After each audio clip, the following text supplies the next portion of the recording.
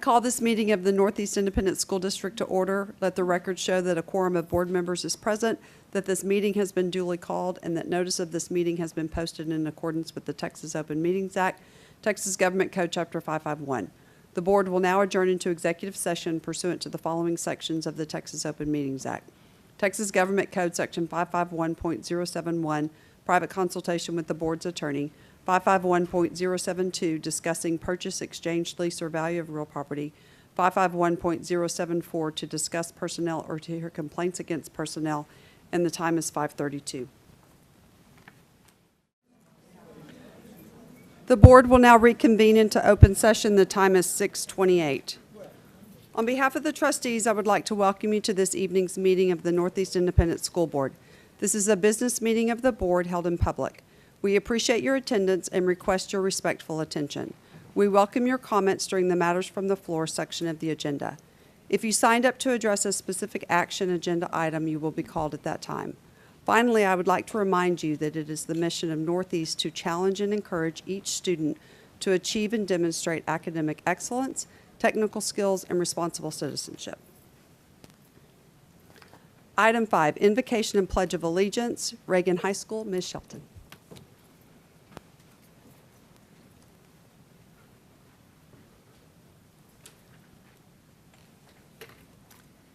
President Grona, members of the board, Dr. Gotardi, and executive staff,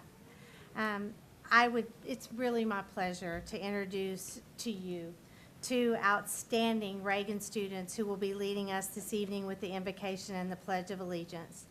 They did write what they wanted me to say, and I will tell you one is longer than the other. But with that being said, I would like to introduce, first of all, Mr. Jacob Brockett. He's accompanied by his mom, Rosalia Herrera. This is Rosalia. Jacob is a junior and is an alto saxophone player for the Quid-Nunc Saxophone Quartet. As a sophomore, his first year with this group, the group won numerous competitions and were the first public school group to compete at the Emprise Chamber Music Competition held in Michigan. He has placed in multiple solo competitions this year as well and performed at the Midwest Conference in Chicago and was named the first chair alto saxophone player of TMEA, All-State Band. He was a section leader during the 2017 marching season as well as a soloist. This year, he was the only junior named drum major and is again a soloist. He plans to continue his education in music after graduation. And then following that, Miss Heidi Schupenhauer, this lovely, beautiful young lady, will be doing the pledge, and she's accompanied by her parents. And her parents are here on the second row, and this is Jim Schupenhauer and Carol Klein. Heidi is heavily involved with the orchestra, and she credits much of her success to the faculty at Reagan High School, particularly her orchestra teacher, Mr. Elizondo. She plans to attend Texas Tech University with a double major in viola performance and music education, and I am very proud to say that she plans to be a teacher and teach orchestra in the public school system in Texas. So with that blessing, we will up first Mr. Brockett and then Ms. Schupenhauer.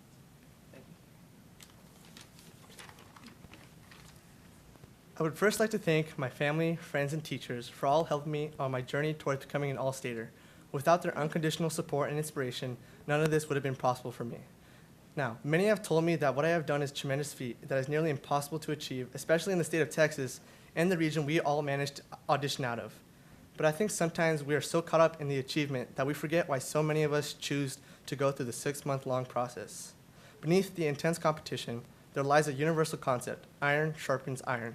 In order to elevate our own playing, we need others to incentivize us to walk along the path to perfection, because therein lies greatness. We must remember that we go through this audition process in order to come out as better musicians, not for bragging rights. I am eternally grateful for the honor to have performed in a TMEA All-State ensemble. I think we would all agree that playing with such good musicians and working with world-class conductors reminds us that we are not alone in our love and commitment to our passion for music. Because music is not a gift bestowed upon a select few. Music is a gift meant for all. It is meant to be shared, it is meant to be passed down, but most of all, it is meant to remind us that we are all human. Thank you so much for this opportunity for me to speak.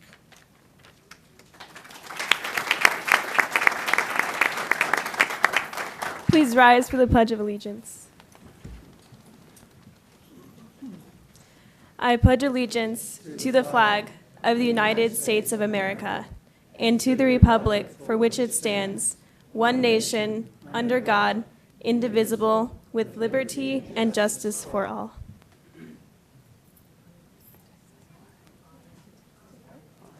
Honor the Texas flag. I pledge allegiance to thee, Texas, one state, under God, one and indivisible. Go get certificates. Jacob and Heidi, would you please come forward? Mr. Hasso and Dr. Gotardi have certificates, and we would like to take a photo, please. Thank you very much, and congratulations to you both.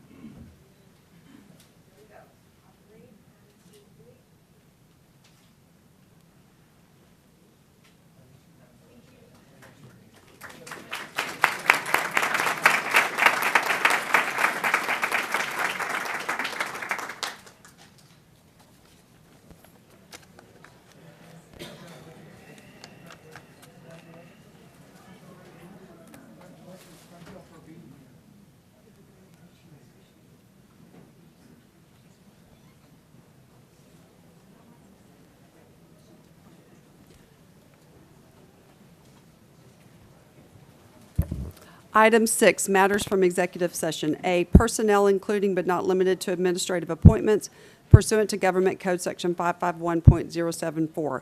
1, possible action regarding routine personnel including but not limited to administrative appointments. Do I have a motion to approve personnel as discussed in executive session? So moved. Do I have a second? Second. All those in favor say aye. Aye. Aye. Opposed, the motion carries. Item 2, introductions. Dr. Gotardi. We have no introductions for this Okay. evening. Thank you, Mrs. Grona. Thank you. Item B, possible action on the purchase, exchange, lease, or value of real property pursuant to Government Code Section 551.072, no action. Item C, possible action regarding consultation with board's attorney pursuant to Government Code Section 551.071, 1, pending and/or possible litigation, no action. Item 7, recognitions. A, 2019 All-State Musicians. Dr. Newman. Thank you, President Grona, members of the board, Dr. Gotardi, executive staff, and guests. At this time, I would like to ask Julie Shore, our Executive Director for Fine Arts and Student Activities, to address this item.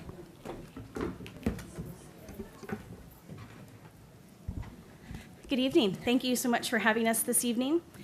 All-State is the highest honor a Texas music student can receive.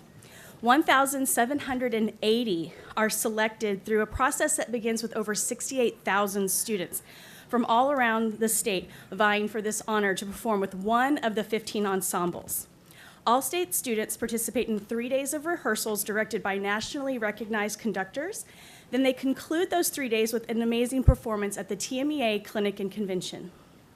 This year, our Northeast students set a district record with 48 students earning this honor. I would like to introduce each of these very talented students and their directors to you this evening. Olivia Allen, Johnson High School, Alto 2. Megan Ballard, Churchill High School, alto saxophone. Tommy Brennan, Johnson High School, euphonium. Jacob Brockett, Reagan High School, alto saxophone.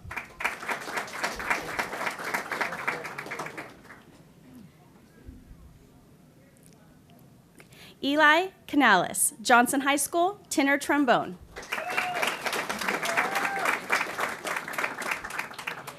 Ian Compton, Johnson High School, English horn. Mickey Cruz, Johnson High School, soprano 1.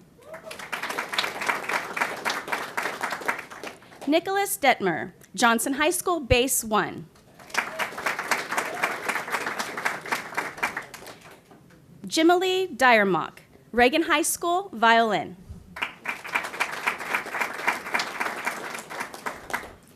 Emily Edgar, Johnson High School, alto clarinet. Crystal Galindo, Reagan High School, flute. Jake Glazer, Johnson High School, clarinet. Andreas Gonzalez, Reagan High School, bass clarinet. Sam Hart, Nisa, French horn.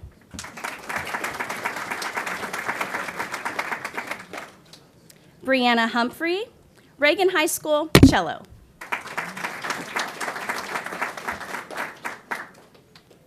Om Joshi, Churchill High School, violin.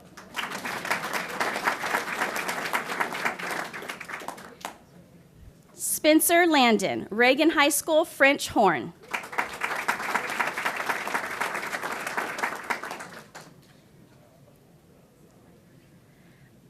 Jared Lang, Reagan High School, bass.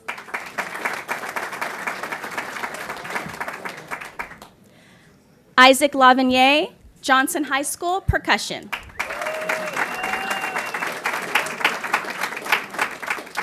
Andrew Lee, Reagan High School, piano. Joseph Lukowski, Johnson High School, tuba. Trevor Moss, Johnson High School, bass. Lauren Myatt, Reagan High School, French horn. Anthony Page, Churchill High School, trumpet. Parker Payne, Johnson High School, tenor saxophone. Preston Payne, Johnson High School, tenor trombone. Moses Roberts, Johnson High School, euphonium. Ethan Rodriguez, Madison High School, bass 1. Alejandro San Miguel, Johnson High School, baritone saxophone. Juan San Miguel, Johnson High School, alto saxophone. Patrick Sanford, Johnson High School, French horn.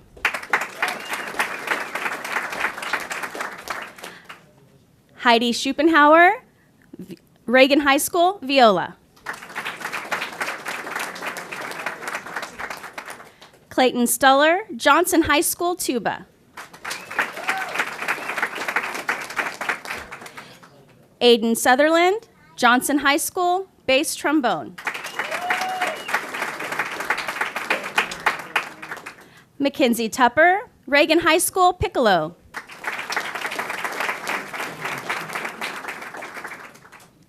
Kala Shu, Reagan High School, piano.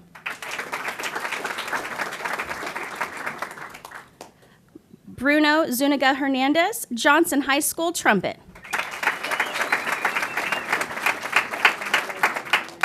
I would like to introduce their very amazing directors, the choir directors at Johnson High School, Miss Ashley Hester and Christy Brown.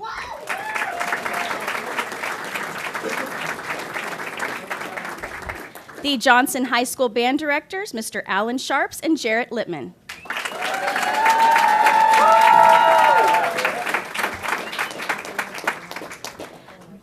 Our NISA instrumental music director, Mark Tweehuse. Our Madison choir directors, Mrs. Edie Cooksey and Mr. Peter Cunningham.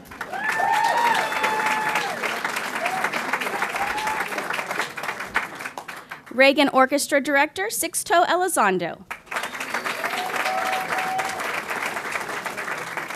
Reagan Band Director Dan Morrison.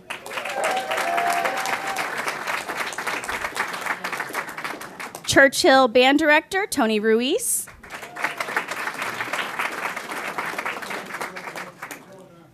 Churchill Orchestra Director Jason Thibodeau.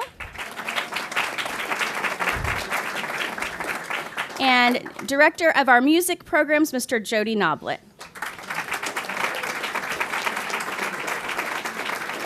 Congratulations to all of our students and teachers. We'd like you to get as close together as you possibly can so we can take pictures. Parents, you're welcome to walk straight up and take as many pictures as you'd like.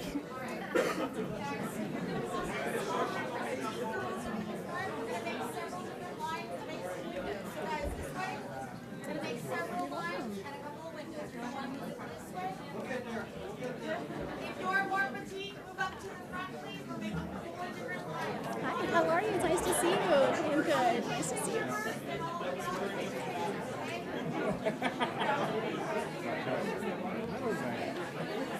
I'm used to getting my way. Now's when it counts. Now's when it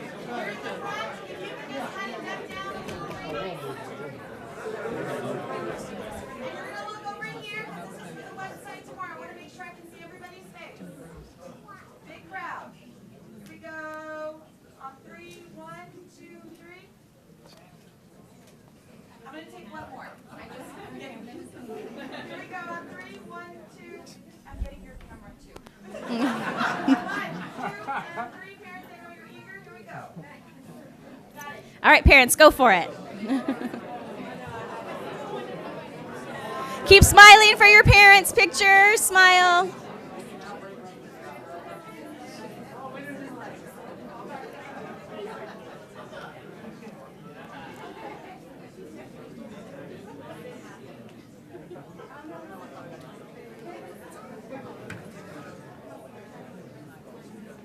Just a few more minutes. Hold on.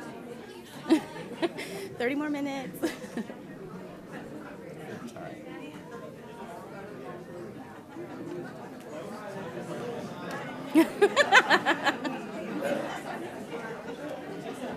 Okay, your principals would like a picture, so keep smiling.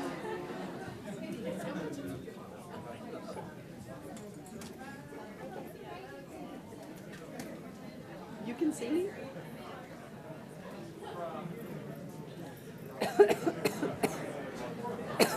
Oh, I think one more. I'm sorry.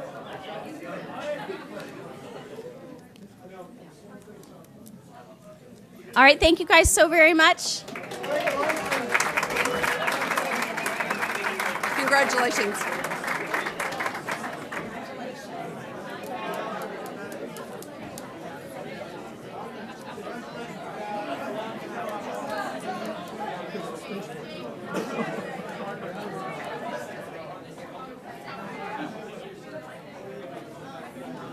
I saw Joshi.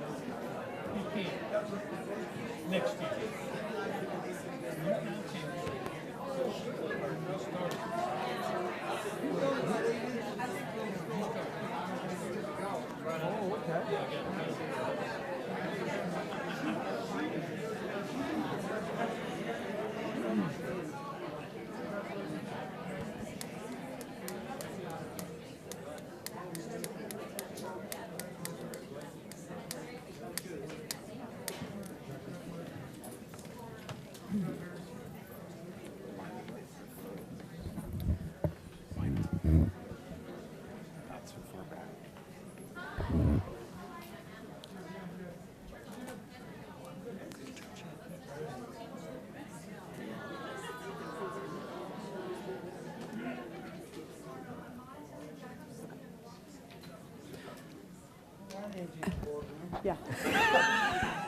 All those at the back, you have to move forward.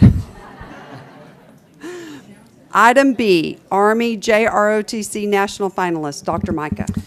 Thank you, President Grona, members of the board, Dr. Gotardi, executive staff, and guests. I'd ask Colonel Henson, the Director of Army Instruction, to come to the podium to address this item. Madam President, members of the board, Dr. Gotardi, once again, I have the privilege to introduce some of the most magnificent youngsters we have in the district. I will remind you, though, we're short some because they're currently competing for the National Cyber Patriot competition in Baltimore. Not to take any of Ben Peterson's thunder away, but those are really magnificent too. However, I do want to point out, these are the academic national finalists for the Junior Leadership and Academic Bowl, which will take place at Catholic University of America in Washington, D.C., June 21 through 25. Now, to preface that just a little bit, out of the 1,411 teams that competed, this is one of the top 32 teams. Wow. And they will go head-to-head in a series of Jeopardy-type competition events there in Washington this summer. Without further comment, I want to introduce First Sergeant William Parr, and he will introduce each one of these youngsters and some of their accomplishments. First Sergeant. Good evening, Madam President, members of the board, Dr. Gotardi, executive staff, and guests. I have the privilege of introducing to you the Winston Churchill JROTC Academic Bowl national finalist for 2019. We will be competing at the national at the Catholic University, like Colonel Henson said, at Washington, D.C. from June 21st to the 25th. These cadets are superstars not only at JROTC, but at their academics and curriculum courses. The members are Cadet Crawford. Cadet Crawford is he is a sophomore at this time. He is in the top 5 of his class. Wow. He completed in the district UIL science. He has all A's throughout his school, and his plans for graduation is one of them is to graduate from high school and attend one of the military academies or the service. Cadet Hunter Lofton.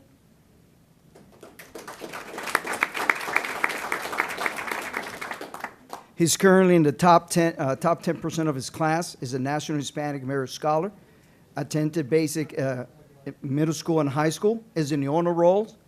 He finally is member of the JLab Nationals and is in the Spanish Honor Society. His goals is to attend the Air Force Academy and join the military. Cadet Dylan Rocha is commended in Algebra 1 EOC. His plans for graduation is enlist in the service and later major in business management upon graduation.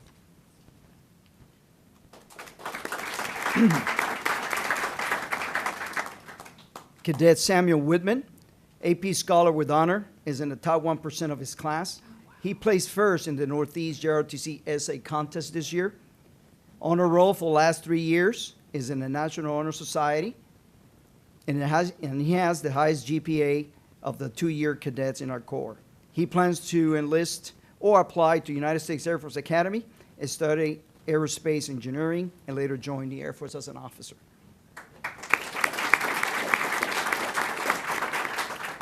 Cadet Macy Morris, she's currently in the honor roll as member of the Honor Society, also is in the Spanish Honor Society, and also she was in the American Legion Oratorial Speech Contest. She wanted to become a leader in the military, later attend the Naval Academy, and become an officer.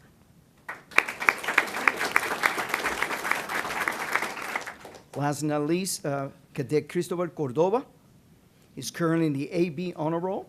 He plans to attend St. Mary's University and get a degree in psychology. Lastly, but not least, I want to thank our principal, Mr. Todd Bloomer, for the support he has given our program. And hopefully we have better years to come, and next year we're going to do the same thing. Thank you very much.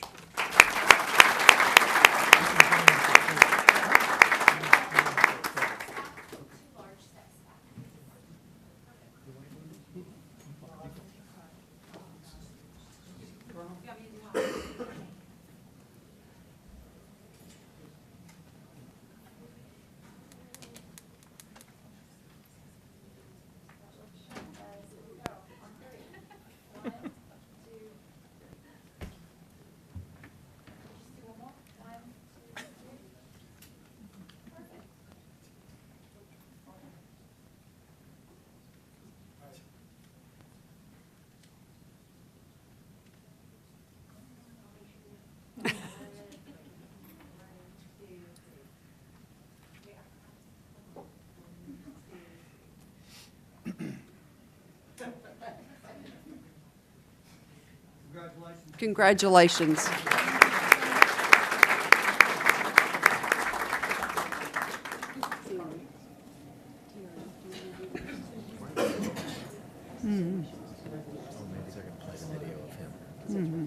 Oh, yeah, maybe.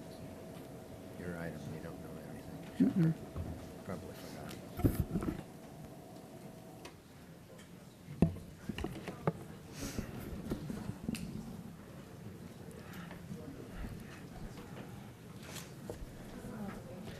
That's okay. Item C, 2019 Wrestling State Champion, 195-pound, Dr. Newman. Thank you, President Grona, members of the board, Dr. Gotardi, executive staff, and guests. Karen Funk, our executive director for athletics, will address this item.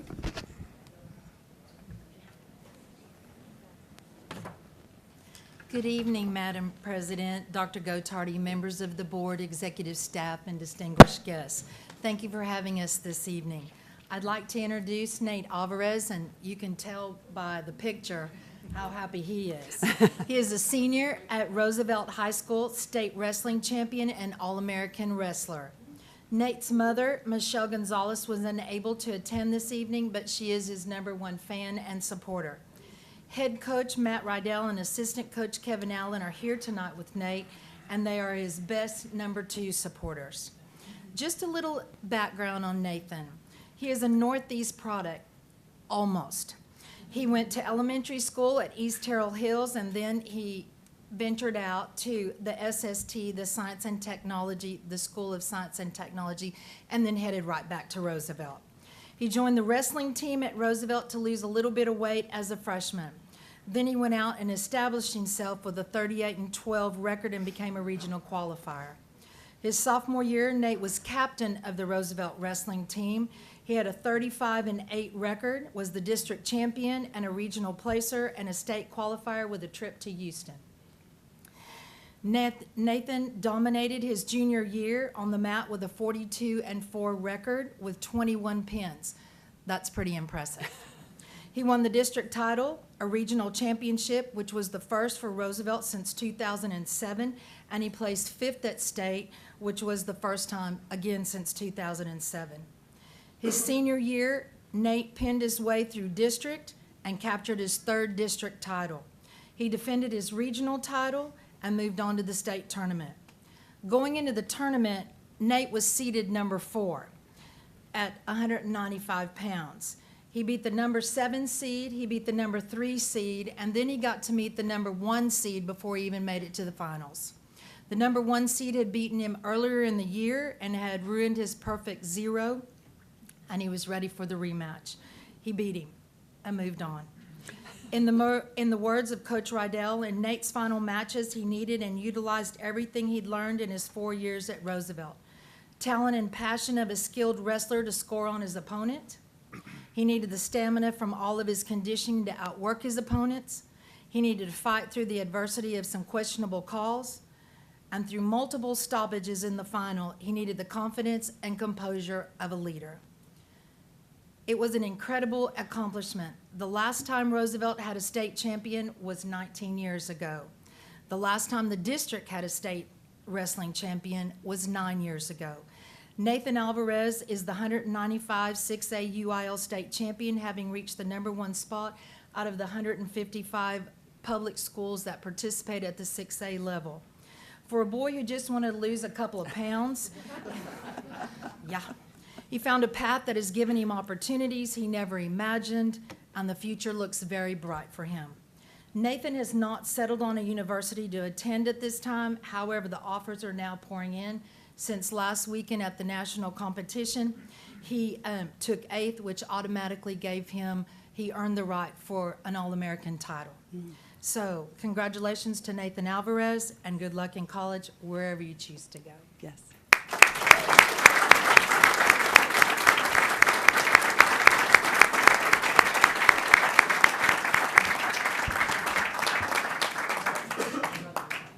Congratulations, that's awesome.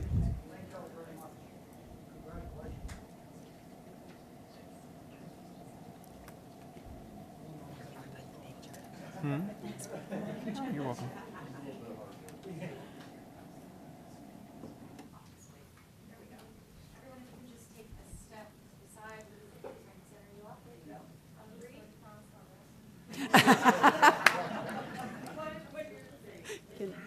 Can she lose 30 pounds by wrestling?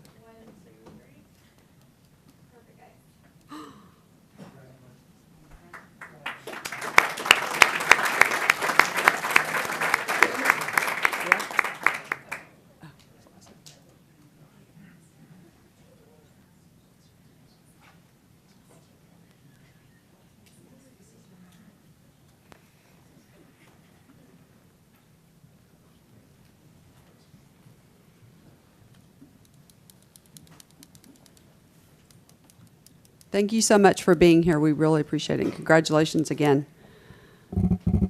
Item D, Tom Landry Award 2019, Dr. Micah. Thank you, President Grona, members of the board, Dr. Gotardi, executive staff, and guests. I'm going to ask Coach Karen Funk to go to the microphone to address this recognition as well. Absolutely. Just remember that every time you're introduced, if you are a wrestler, they introduce you by your weight first. It is not a pleasant experience always. So just wanted to throw that out for those of you who didn't know. Okay, sorry, a little moment of brevity. I'd like to introduce Ron Ritteman. Ron, if you'd stand for me. Thank you. He is the Johnson High School athletic coordinator and head football coach, and he is here tonight with his wife, Patty, and his principal, Gary Comalander. Thanks, guys, for attending. Ron is going to be introduced as this year's recipient of the Tom Landry Award. Coach Ritteman was selected by his peers on the board of directors of the Texas High School Coaches Association as the 2019 recipient of this award. This award is for outstanding contributions to the game of football by a Texas high school coach whose life and actions have provided the positive role model for athletes and a credit to the coaching profession. There have been 2 other men from NEISD who have received this award before. The first was Mike Honeycutt from MacArthur in 1999, and the second one was Jim Streety in 2003 from Madison High School. When I called Coach Streety, who Ron worked for 17 years, he said this award is to honor a coach that you'd want your kids to be coached by, and that's certainly Ron. Ron was chosen by his peers who understand the demands and recognize the excellence needed. As one of the most prestigious awards given by THSCA, Coach Tom Landry summed it up best himself. A coach is someone who tells you what you don't want to hear and has you see what you don't want to see so that you can be who you have always known you could be. That's kind of hard to say. Coach Ritteman will receive his award at the annual Texas Sports Hall of Fame banquet on May the 4th in Waco, Texas. I personally want to congratulate Ron of this validation of his character, his faith, and of his career. Northeast Athletics congratulates you and your family on achieving this milestone. Congratulations.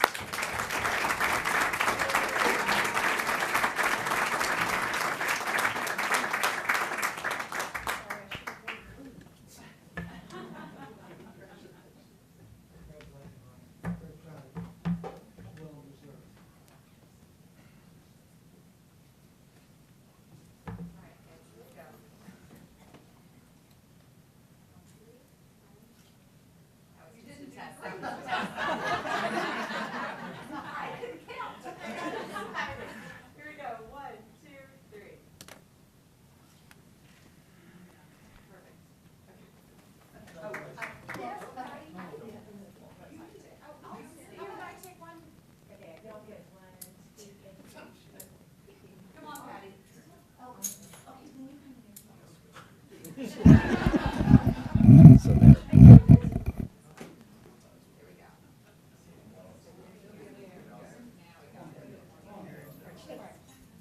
guys. Oh, that looks nice. Here we go. 1, 2, 3. Perfect, guys.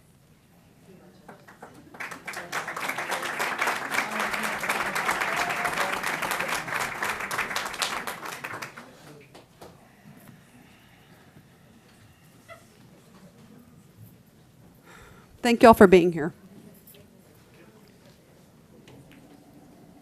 Item 8, presentations. A, refunding bond results. Mr. Villarreal. Yes, Madam President, members of the board, Dr. Guattardi, executive staff, and guests.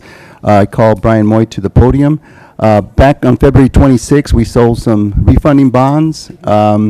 Shanna Tolberg, Brian, myself, were at Hilltop Securities, and Brian's going to just give a quick summary of the details from that refunding. Thank you, Dan. Madam President, members, Dr. Guattardi, executive staff, and guests. This is just a brief update of where really the entire 2015 bond program is from a debt management standpoint. As Dan said, we went out to sell bonds because our commercial paper program was running up against its max. So we actually did 2 bond issues. We split this between fixed rate bonds and variable rate. Just to let you know, this is the 3rd time we've run through our commercial paper. We did a takedown in December 2017, July of 18, and then, well, March is when we closed. We sold in February, but we closed in March. The team that we went through was obviously our financial advisors always, Hilltop Securities and Bond Counsel of Norton Rose Fulbright. The fixed rate issue was run by Frost Bank. In attendance is Kevin Escobar, Assistant Vice President, Capital Markets for Frost. And he is just learned a Texas Tech grad, so I promised we'd be done and get him home by 8:20. I noticed the tie. Yes. And on the variable rate issue, there was only one underwriter there, and that was RBC Capital Markets. Dusty Traylor, Managing Director for RBC, was on the schedule to be here, and he apologizes he had to pull out at the last second. So how did the results go? Well, really well. On the fixed rate issue, we had orders that were more than 6 times the amount of bonds available. And we were able to bring down the yields, or how much net our interest is going to be, on 18 of 19 different maturities. Every maturity is roughly a year out there. And we had reductions of up to 9 basis points. A basis point is 1/100th of a percent.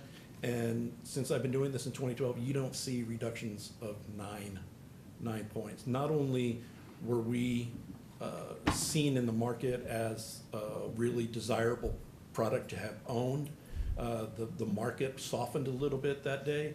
But even then, if you look at some of the other transactions that happened that day, our yields were 6 to 7 basis points lower than a lot of other Texas general obligation debt.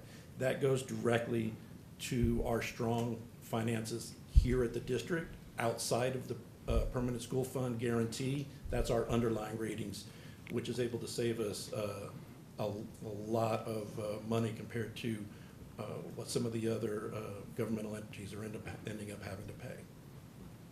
We had a slight premium on this bond of about $5 million. Again, the par amount was, or the amount that we got in to pay off the commercial paper was $49 million. The variable rate issue was oversold even more than the fixed rate issue, nearly 8 times oversold. A lot of this is because when you get an issue like this, a lot of these institutional investors they say, I want the whole $49 million or I want nothing. So some of those transactions were, say, insurance companies putting in an order for the entire $49 million. Even though there are fewer variable rate issues out there, and we had fewer number of orders, even though the volume of orders in terms of par was out there, we were still able to reduce yields by 7 basis points here. And that is it. There are a couple of more details of how the transactions worked in your packet. And if you have any questions for either me or for Kevin on the fixed rate issue, we are here to answer them. Okay, thank you, Brian. Does anyone have any questions? None for me, Okay. other than just a comment of thanks for continuing to do this. I think it's helpful that we see this after the fact, and I appreciate Mr. Escobar for being here, even though it's such an important night. But no, it's helpful, really, just from an after the fact, and given that these are pretty large sums. So it's, from a governance standpoint, I appreciate that. I meant to say, when you take down some of these out years as much as 9 basis points, the total payments that we are going to make to the bondholders over the life of the bonds, just that alone, it saved us over $300,000. Wow. The on day of transaction adjustments we made. Awesome. Thank you very much. All right, thank you. And that was just a report, so, okay. Item 9, new business for possible board action. A, board policy. 1, possible action regarding board policy FOD local, second and final reading. Dr. Micah. Thank you, President Grona, members of the board, Dr. Gotardi, executive staff, and guests. Dr. Brummett, our executive director for student services, is here and is at the podium should you have any further questions about that policy. This is second reading, so does anybody have any questions or comments? Seeing none, thank you for being at the podium, but I'm going to ask. This has been my best one by far. You did an awesome job. I apologize. Those of you that know me know I just kind of sometimes go too quickly. Did you have any comments? No, ma'am. No, he would like to get home to the game, too. I'm doing it all for y'all, I promise. So moved. And I'll second. All right, Miss Weekly. Okay, I have a motion and a second to approve the second and final reading of the attached revisions to the existing NEISD board policy FOD local as submitted. All those in favor say aye. Aye. Opposed, the motion carries. Thank you. Item 2, possible action regarding board policy update 112, second and final reading. Ms. King? Okay. Sorry. Moving right along. Anybody have any questions or comments about that? Nope. Seeing none, do I have a motion to approve the second and final reading of the attached local policies included in update 112? Thank Second. you, Mrs. Winkley. Thank you, Mrs. Williams. All those in favor say aye. Aye. Opposed, the motion carries. Item B, resolutions. 1, possible action regarding school library month. Mr. Villarreal. Yes, Madam President, members of the board, Dr. Gutardi, executive staff, and guests, I call on Terry Sanchez, our Director of Library Services, to present this resolution. Good evening, Madam President Grona, members of the Board of Trustees, Dr. Gotardi, Dr. Micah, executive staff, and guests. This week is the 2019 National Library Week, and the theme for this year is Libraries Equal Strong Communities. This is a national advocacy campaign aimed at highlighting the value of school libraries. NEISD librarians create and teach lessons, collaborate with teachers and specialists, promote reading, and they provide welcoming library environments. The librarians are extremely valuable contributors to the success of students, and they work hard to build strong library communities too. Tonight, we have several of our NEISD librarians recognized on their campuses for their valuable contributions. Each was nominated by their campus staff for either the Trinity Prize for Excellence in Teaching or selected by their campus staff as their school's 2019 Teacher of the Year. I'd like to introduce the exemplary librarians here tonight. The first 5 librarians were nominated for the Trinity Prize at Excellence in Teaching.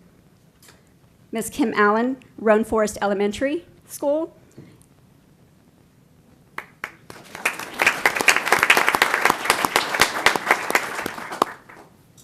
And her principal, Mr. Specia, thank you for being here. Ms. Cecilia Godoy, Ed White Middle School.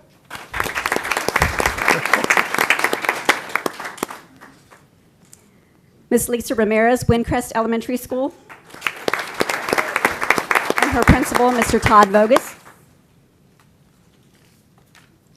Ms. Tracy Shingler, West Avenue Elementary School. And Ms. Natalie Watts, Hebner Elementary School. And her principal is here tonight, Ms. Carol Pierce.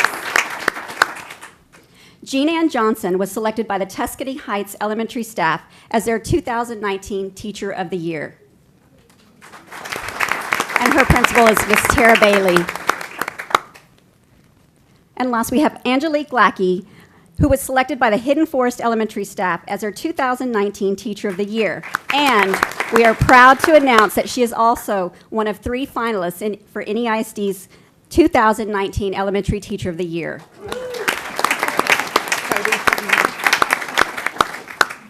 And thank you for Dr. Miller for attending. One of the main focuses of NEISD librarians is reading promotion. Just last Sunday, NEISD librarians hosted our 3rd annual Edible Book Festival, a district-wide reading promotion event. The event encouraged students from pre-K to 12th grade to enter edible creations based on a book character, a literary figure, a literary pun, or plot.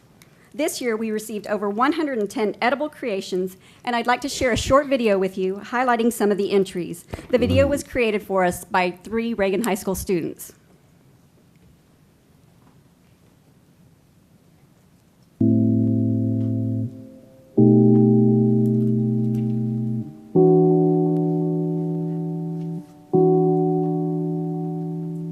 What book did you read? Fancy Nancy.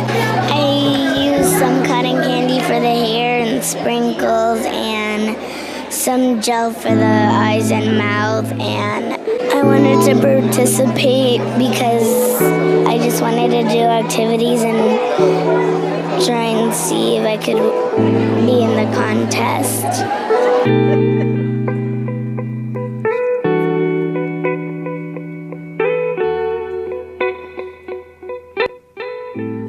My name is Carter, and I am from 5th grade.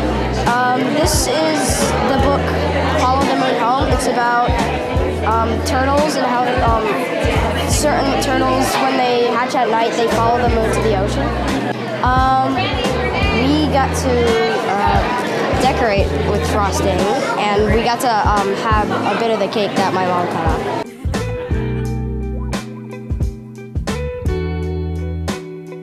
I'm Vincent Ramos, and I'm in 2nd grade. Okay, so tell us about your cake. So my cake is supposed to be Narwhal's otter friend.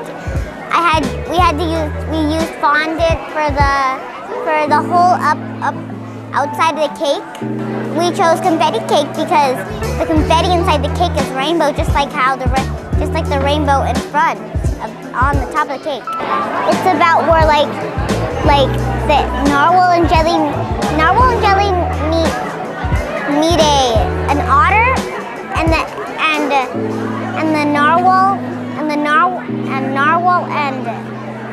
the otter make a strong bond.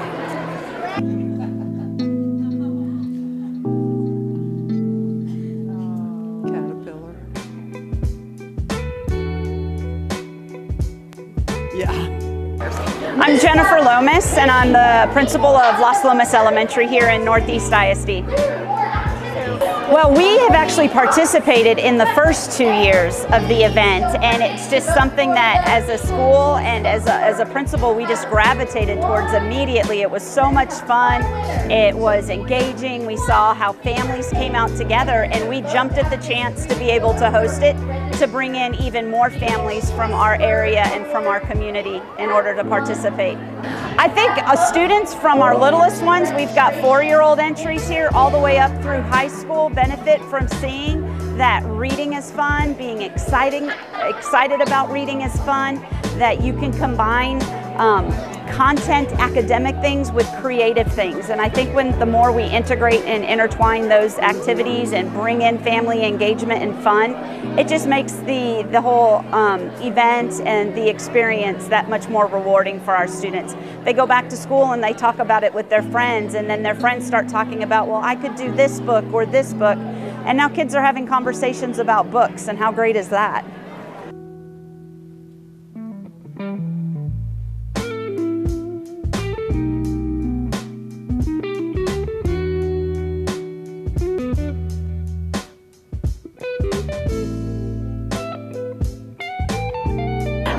My name is Ruth Ann Pippard. I'm the librarian at Wilderness Hope Elementary. And I was busy helping with the event and I didn't have time to bake, so I entered Chicks and Salsa by Aaron Reynolds, and I won the punniest award for the community. It was fun. Thanks so much for letting us do this.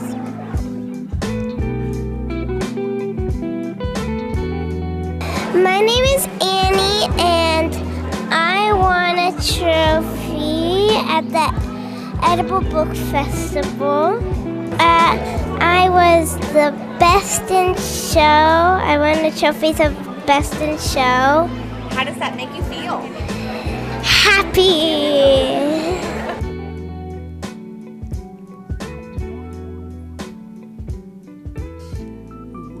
I'd like to thank the Board of Trustees for their continued support of our librarians that allows us to have such an impact at the respective campuses.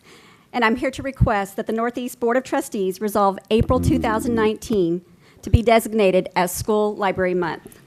This concludes our presentation, and I'd like to welcome any questions you may have. I just want to thank all the librarians that are here and the principals, and thank you, Teresa, for this. And that was a great video. It was. And now I want dessert. Thank you for your weekly emails. I really enjoy your weekly emails that you send an update and give us the news that's going on around the district and all the wonderful things that our wonderful librarians are doing. I really appreciate them. Thank you. We have a great group of librarians in NEISD. Really lucky. I agree. Yes. Okay. Any questions about this? Seeing none, do I have a motion to proclaim April 2019 as School Library Month and call upon school administrators, teachers, and students to recognize and support this action and participate throughout this School Library Month of April 2019? So moved. Thank you, Mr. Hasso. Do I have a second? Second. Thank you. Thank you, Mrs. Winkler. All those in favor say aye. Aye. Aye. Opposed? The motion carries. Item 2. Thank you very much, Ms. Sanchez. Item 2, possible action regarding Police Recognition Week. Mr. Clary. Madam President, members of the board, Dr. Gotardi, executive staff and guest, Chief McCampbell, Chief of our Northeast Police, is making his way to the podium for this presentation. Mm-hmm.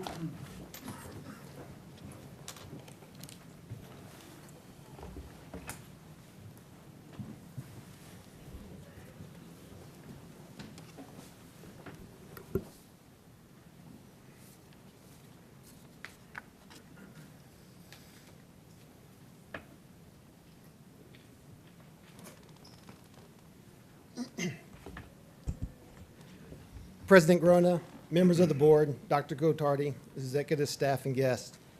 May 15th was proclaimed as National Peace Officers Memorial Day by President Kennedy in 1962, and the week in which May 15th falls as National Police Week. It is my honor tonight to bring to you a resolution to recognize the men and women of the Northeast Police Department. Assembled together are just a few of the officers that represent our police department every single day. As you are aware, school policing has changed over the last several years due to the school violences across the country. As a school police officer differs than that of a city police officer or even a sheriff's deputy.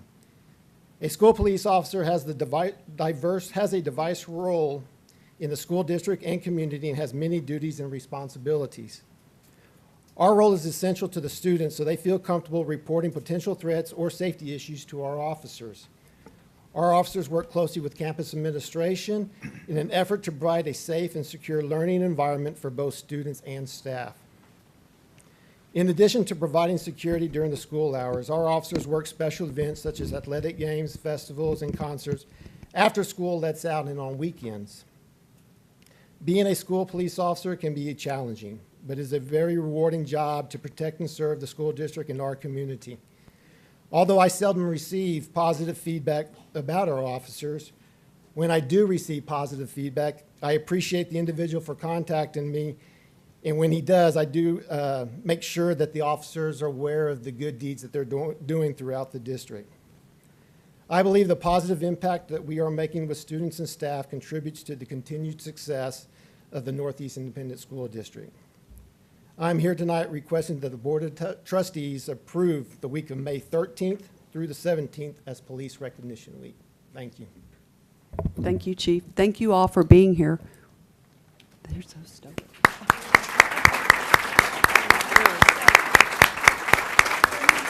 Will y'all please come forward because we'd like to take a photo? Because that's what we're about, taking pictures. And smile.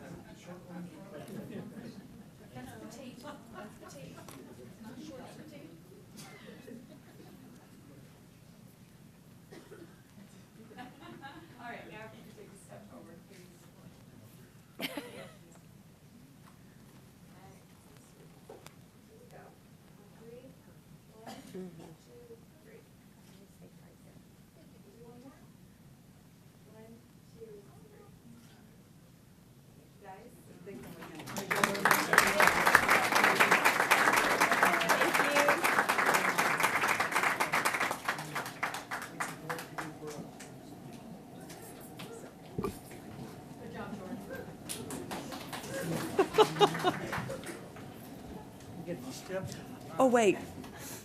We have to approve that resolution. Bye.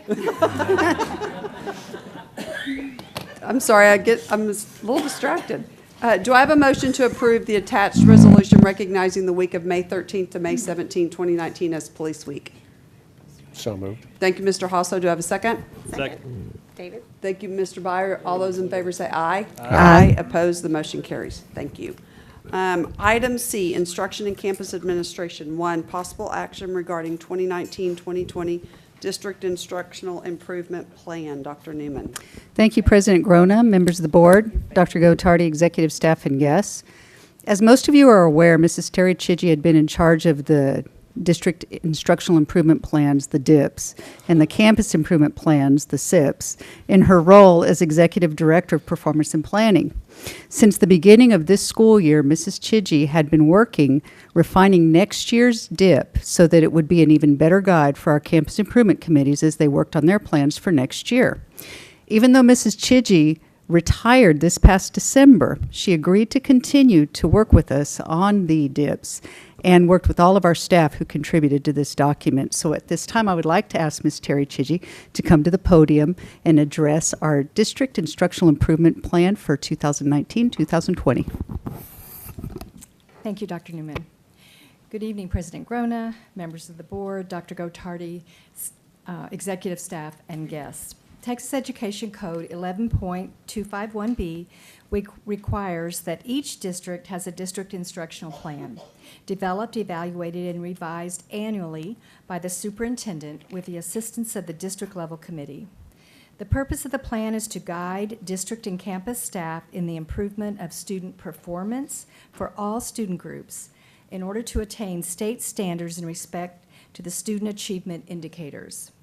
The plans are dynamic in the sense that as additional forms of student performance data are gathered, target areas and action strategies may and should be adjusted. At this time, I would like to also introduce Ms. Brandy Merriman, who plays an important role in assisting with the district plan. She is going to navigate us to locate the proposed plan on the NEISD webpage. So initially, you go to the Northeast webpage, you go to About. It's that simple over on the right. It says District and Campus Campus and District Instructional Plans. You go down to District, put in the year, or just clicked it. Sorry. And we're going to go to 1920, and you see that it says draft, so it's not official until you vote on it this evening. So before I go through the parts of it, I want to do a very important thing, and that is to honor the staff members, and there are many, who were responsible for the work on this document. They are here with us tonight, and I would love for them to stand and be recognized.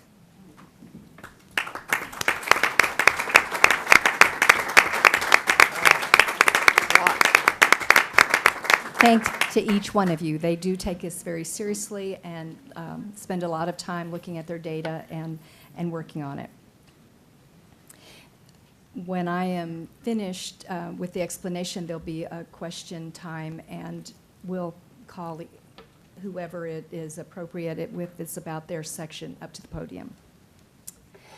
Also, I want to make sure that you know that each of the people that worked on it were given a copy of our TAPR report, which is the Texas Academic Performance Report. It gives them 2 years of data, and it includes district demographics and STAR results. That data drives their objectives that they use and their strategies for the district plan. At this time, I'll give you a brief overview of the parts of the plan. On the cover page, it has the mission statement and board goals, and a statement at the bottom regarding the review by the responsible person, a minimum of once a semester. I know that our folks look at it more than that, but that is the minimum of what we're asking for. The next section is just the index, and it lists each part, each component of the plan by section number. So should you have questions during the question period, if you would refer to the page and the section number. The next column lists the board goals. It is necessary that we address every one of the board goals there. Each objective does not address each board goal, but it addresses the one that pertains to them, and throughout the document, every board goal is represented. The next column is the target areas. That is just the topic or area of focus, such as math or ELL, attendance, family engagement, etc. The next column is the measurable evaluation criteria. It's the summative way that we measure the success. It's when the objective or the strategies are complete. At the end, what do we hope to accomplish? And it's measurable, and there will always be a number there. The next section includes 2 parts, and this is really the very meat of the document. The performance objective is the what we plan to accomplish based on the data needs determined by the STAR report, the attendance report, any kind of data, and then also looking at the root causes. Why is it going this well or not going so well? So that's a very important part of stating the objective that you hope to accomplish. And then in that same box, usually bulleted, are the strategies and how we accomplish the objective or what actions we will take. Last year, we added the next column, which is the formative checkpoints, and those are how we will look throughout the year. Rather than wait till the very end to the measurable summative part, how will we check on it throughout the year to see that we're getting there? It might be looking at lesson plans or looking at grades or looking at attendance by 6 weeks, looking at something along the way so we don't get to the end and say, we didn't get there. And then when we look at those checkpoints, look to see if we're making gains or if we need to rethink our strategies. Perhaps the strategies are not the right strategies, or we're not exercising them in the manner that was designed. And then we have the timeline, the responsible people, and then the final column is the resources. As you have had the opportunity to review this document, I will open it up for any specific questions that you might have and allow the author of that particular section to respond to your questions. Any questions at this time? Does anyone have any questions for Ms. Chigi? I just had one question, just based on that new checkpoint column, which I really liked. When we go through the year, will those be checked in December? Yes. And then checked in February? Yes, and each person that worked on it could adjust those months. We put December and February because that's when the benchmarks are given. Okay. But many of them adjusted them and put, maybe quarterly, and they put at the end of each 9 weeks or whatever that month was. And then you see there's a little symbol there, and is it at the bottom of the page?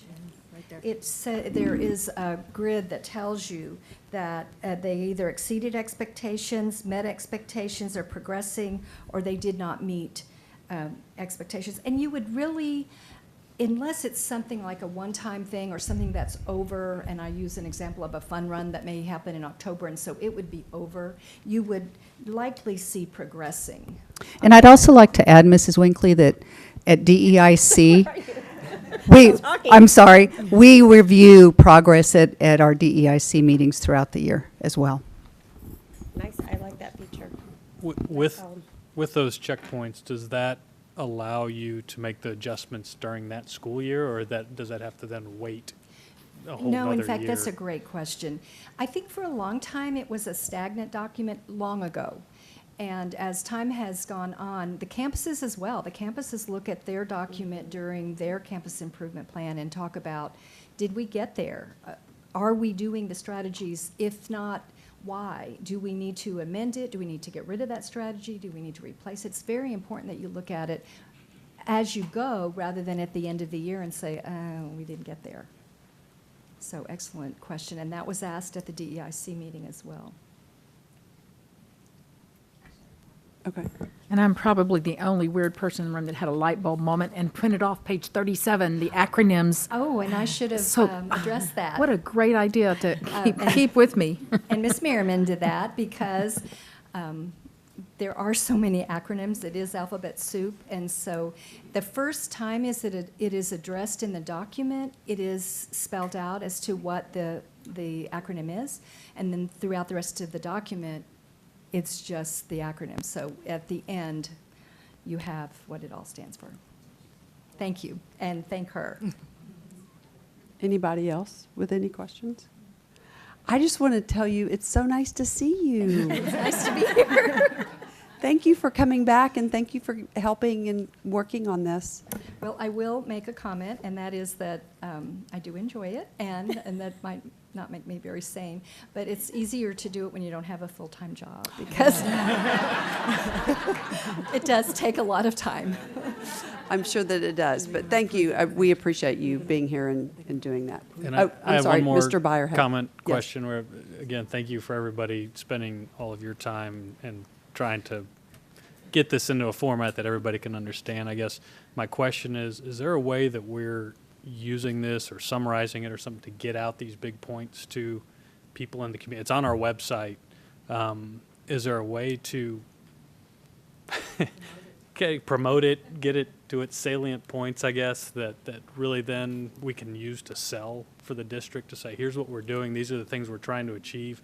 People that are looking at our district and say, okay, I mean, I know a lot of these are points that we're trying to meet certain standards and that kind of thing, but like, how are we, or are we able to use this as something that can really promote our district and say, here's what we're teaching, and here's what all of these people are doing to give your child an education. And Mr. Byer, how do we do that? I can share with you that there are certain components throughout this plan that are advertised on the district website, such as the hyper-accelerated math. But since you say that, we can go through the document and see if there are other programs that, to your point, might be good to promote even further. And not all of it is things that we need to make a lot of effort to promote, but I think this is what our kids are learning. This Correct. is what we're doing every day. Correct. And being able to use it as part of a tool to just promote our district would be great. I think it would be great to make that connection between what's out there and what's in our plan and make sure that we are advertising everything that we think our community would want to see. Sure. And to piggyback on what Dr. Newman said, just as an example of that, in the GT component of it, it states that we are going to put a GT link on each of the campus pages so that parents who are concerned about how their GT student is being addressed can easily access that. So we are looking at ways we can highlight the very important parts of this. Great. And thank you, everyone who was involved in this tremendous project. Appreciate everybody's time. If no other questions or comments, do I have a motion to approve the NEISD District Instructional Improvement Plan for the 2019-2020 school year as presented? So moved. Thank you, Mrs. Winkley. Do I have a second? Second. Thank you, Mrs. Williams. All those in favor say aye. Aye. Opposed, the motion carries. Thank you. Thanks again, Terry. Item D, Business Services. 1, possible action regarding depository contract. Mr. Villarreal. Yes, Madam President, members of the board, Dr. Gutardi, executive staff, and guests.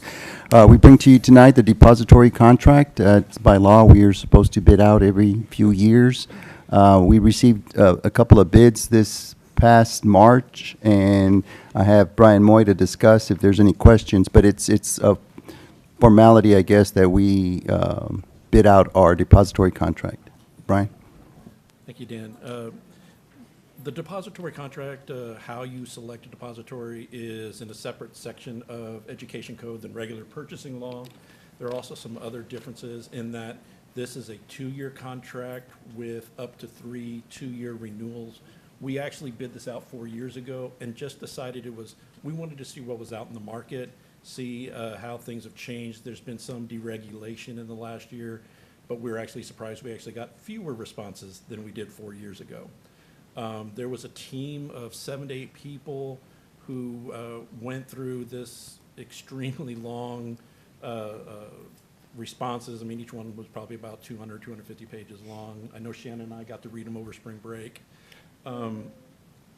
What's important is not just how much does a bank charge us, it's safeguarding of our funds between our cafeterias and all of the campus fundraisers and the student activity funds, the campus activity funds. We are literally processing millions and millions of dollars through these vaults.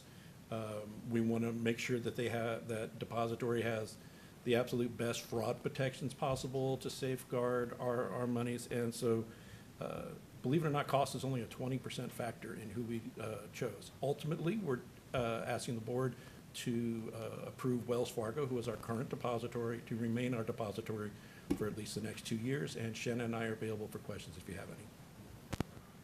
Anyone have any questions about it? Nope.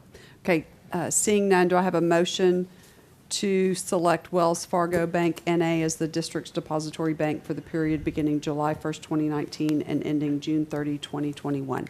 So move. Thank you, Mr. Byer. Do I have a second? I'll second. Thank you, Mr. Hasso. All those in favor say aye. Aye. Opposed, the motion carries. Thank you, Mr. Moy. E, consent. 1, business services. A, budget amendment number 4. B, 403B, adoption agreement amend by addition. C, Birdville Independent School District interlocal agreement. D, bid items. E, 50,000 purchases. 2, operations. A, Crossroad Park and Ride license. B, 2015 bond program, Lee High School, Phase 2 re-roofing, roof-related work project bid award approval revised to include bid alternate number 1. C, 2016 hail damage program, Year 2 Kruger Middle School re-roof and roof-related work project bid award approval. D, 2016 hail damage program, Year 2 Montgomery Elementary School re-roof and roof-related work project bid award approval. E, 2015 bond high school campus facilities safety and security upgrades project, perimeter fencing, gates, and access control, Lee High School sports field bid award approval. F, 2015 bond JROTC rifle range facility improvements project, Johnson and Roosevelt High Schools bid authorization approval. G, professional services contracts, construction contracts, and related contract amendments supporting the 2015 bond design and construction requirements. 3, end of consent. Do I have a board member wishing to pull an item from consent? Yeah, Madam President, I'd like to pull item A under 2 operations. Crossroad. The Crossroad Park and Ride license. Okay. Does anyone else have anything? Seeing none, do I have a motion to approve consent without item 2A? So moved. Thank you, Mr. Hasso. Do I have a second? Second. Thank you, Mrs. Winkley. All those in favor say aye. Aye. Aye. Opposed, the motion carries. Okay, Mr. Byer. Yeah, I just had a quick question for Mr. Clary, I guess, in going through that license contract. Oh, here we are. We're here. Good evening. Good evening. There was some language in there about, I know we've shared this, and it sounds like it's something that's just sort of been a mutual agreement over the years, and we're formalizing it. There's some language in there about us covering costs that seems somewhat open-ended as far as maintenance or improvements, that kind of thing. Just want to make sure that we're not incurring some costs that we shouldn't. Our attorney, Rick Lopez, looked at the original language that VIA had included and throttled it back somewhat, as he stated, to be permitted by law and shared with the other districts. We don't anticipate any costs, but Rick Lopez did rewrite that from what VIA had originally entered. Okay. Yeah, it seemed a little bit open-ended, and I just want to make sure. I assume that we had looked at it, but. Yes, Rick has put his pen to it, and we feel good about it. Okay, great. Thank you. Yes, That's sir. all I Thank had. So do I have a motion to approve 2A? So Oh, moved. wait, I'm sorry. No, wait. Yeah. Do I have what? Yes. Do I make the motion? Yes. Do I have a motion I'd Approve like to 2A. move to approve 2A, Crossroad Park and Ride license. Okay, do I have a second? Second. Thank you, Mrs. Winkley. All those in favor say aye. Aye. Opposed, the motion carries. Item 10, reports. A, financial statement review of expenditures, February 2019, that's been provided for you. B, awarded bid report, that's been provided for you. Item 11, matters from the floor. The trustees welcome comments from members of the public during this time of the meeting. Generally, board members do not respond to public comments during the meeting, although members may request further information or a future agenda item on a matter raised during public comment. As explained fully in the board's written procedures for this time, the matters from the floor portion is a limited public forum. Accordingly, speakers may present on a topic related to district business for up to 3 minutes, but are not permitted to make 1, personal complaints about an individual staff or board member that should be raised using the district's grievance policies. 2, a personnel action. 3, a student disciplinary matter. 4, a complaint about a particular student. 5, or pending litigation. Any person who persists in speaking on these topics after being directed not to do so will lose the remainder of their time to speak and may lose their privilege of addressing the board at future meetings. We also welcome written comments at any time, either through email at board@neisd.net or by mail, care of the superintendent's office at 8961 Tesoro Drive, 6th floor, San Antonio, Texas, 78217. Ms. Huey. Patsy Esterline.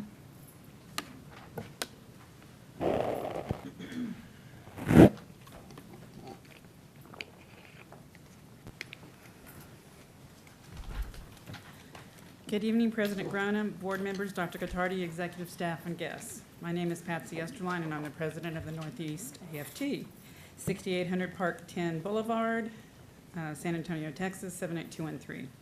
Tonight, I want to share with you about the process we used to produce the fabulous first book giveaway that we had in the NEISD warehouse Saturday, March the 30th. The weather cooperated with us throughout the week. Monday, March the 25th, with over 50 volunteers, we unpacked, sorted, and stacked 33 boxes of books, with most of the volunteers showing up after school. Then Tuesday, we unloaded the remaining 15 boxes of books, reduced the size of some of the book stacks, and generally tidied up our stacks. We received considerably more elementary school books and materials than Northside did.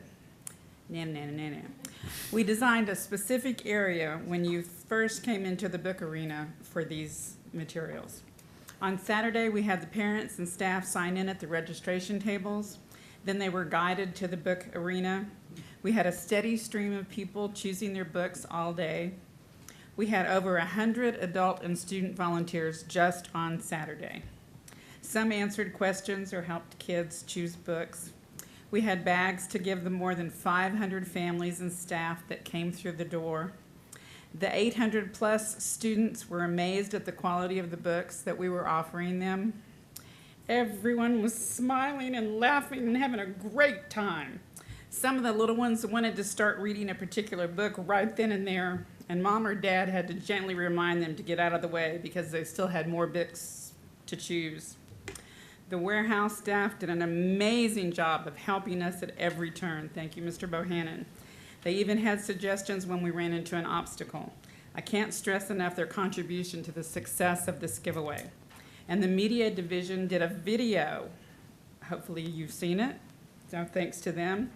Then Mr. Trevino and Mrs. Huey came to see for themselves how this adventure was going.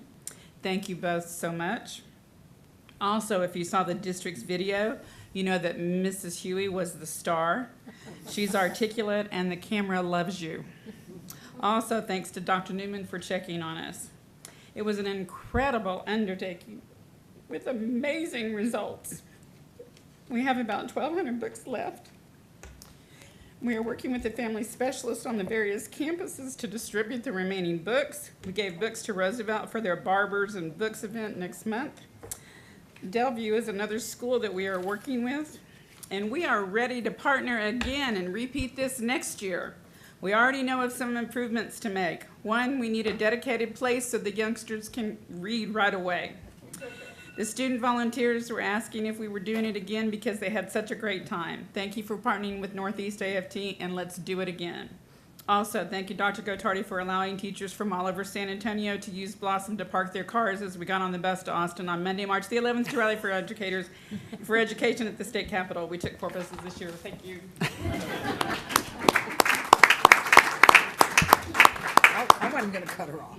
Yeah. Patsy, I'm going to speak on behalf of myself and on the board. Just thank you so much for what you've done to make this such a successful. I'm sorry I was out of town this weekend, wasn't able to come to the books, but I did see that and hear about it, and you've just done a fantastic job, and we just really applaud you for everything that you've done to make that a success. I know I'm not supposed to comment, but I wanted to. So too bad. So too bad. I think we're all okay with that. Yeah. Item 12, discussion and possible action regarding board members' request for items to be placed on a future agenda and/or request for reports from the administration. Do I have anything? So I'm going to announce that today is Dr. Gotardi's last board meeting. Not that I'm excited, but I'm excited for you. We are, it's been a pleasure. We're going to miss you. And on behalf of a sweet little helper. Oh my gosh, I can't lift it. We have a little something for you.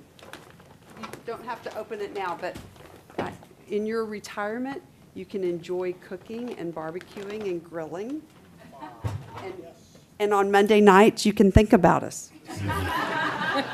When you're barbecuing and grilling and watching baseball or Monday Night football or whatever. But anyway, thank you again. We wish you the best in retirement. It's been a pleasure. And I just wanted to say a little something before you leave. Well, thank you very much, Mrs. Groner. I certainly appreciate it. And of course, I appreciate the gift. I'm very proud of her because she made it through that without crying. So, way to go, Mrs. Groner. Thank you very much. I appreciate the recognition. As I've said on many occasions, it's going to be bittersweet. It is bittersweet. I'm certainly going to miss all the people, all the kids, all the staff members, teachers, community business partners. But it's time to let Dr. Micah have some fun. And I will definitely think of y'all every Monday night. Thank you. I promise, from at least 5:30 to 5:35. All right? Thank you very much. And with, yes. And with that, item 13, adjournment, the time is 7:52. Hope you can make